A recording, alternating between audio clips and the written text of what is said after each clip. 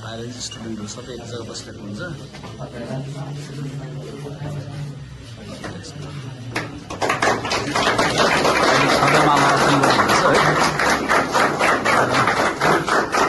सरहरूले बोलाउनु भयो, सरहरूले आफ्नो संस्था चलाउनु छ, तपाईँलाई एउटा राम्रो दिशा दिनुभएको छ। तपाईँले जस्तै प्रकारले सरहरूले भन्नुहुन्छ त्यस्तै प्रकारले तपाईँले मेहनत गर्ने हो।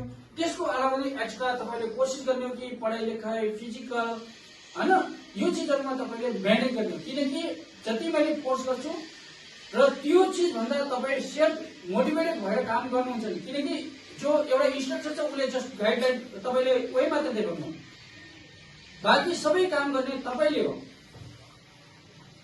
यदि तपाईँले सरले भनेको चिज मात्र गर्नुभयो भने तपाईँ त्यो त्यतिमै सीमित छैन हुन्न र तपाईँले आफ्नो लक्ष्य हासिल गर्नको लागि धेरै मेहनत गर्नुपर्छ र सरहरूले जो बताउनुहुन्छ त्यो पनि फलो गर्नु, त्यसको साथमा त्यो गराउनुको त सरले गराउनुहुन्छ, त्यसपछि पढाउन तपाईँले जति कोसिस गर्नुहुन्छ सरले त्योभन्दा तपाईँले 2 गुणा बुझेर पढ्नु बुझ्नुभयो।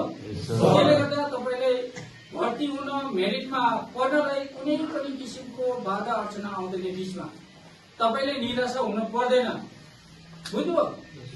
त्यो मात्र सेल्फ मोटिभेट माथि भर पर्छ र आजको दिनले खोजेको नि त्यही हो। जो मोटिभेटेड छ, जो स्किललेस छ,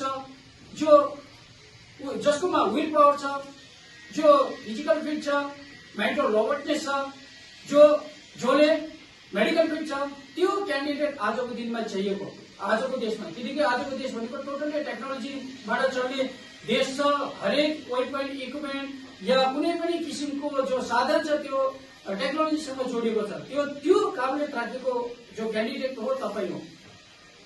त्यसले गर्दा तपाईँको लागि तपाईँको खाँचो देशको लागि छ। त्यही भएर गर्दा तपाईँले धेरै राम्रो कोसिस गर्नुहोला र जतिजना क्यान्डिडेट हुन्छ तपाईँहरू 100मा 100% मान्छे भर्ती हुनुहोला, यो हाम्रो शुभकामना पनि छ। र आखिरमा म शब्द टुङ्ग्याउँदै गर्दा सरलाई तहे दिलबाट मेरो संस्था र मेरो साथमा आउने टोलीको तर्फबाट धेरै धेरै धन्यवाद दिन चाहन्छु। र प्यारेन्ट्सहरू पनि आउनुभयो, सुन्नुभयो।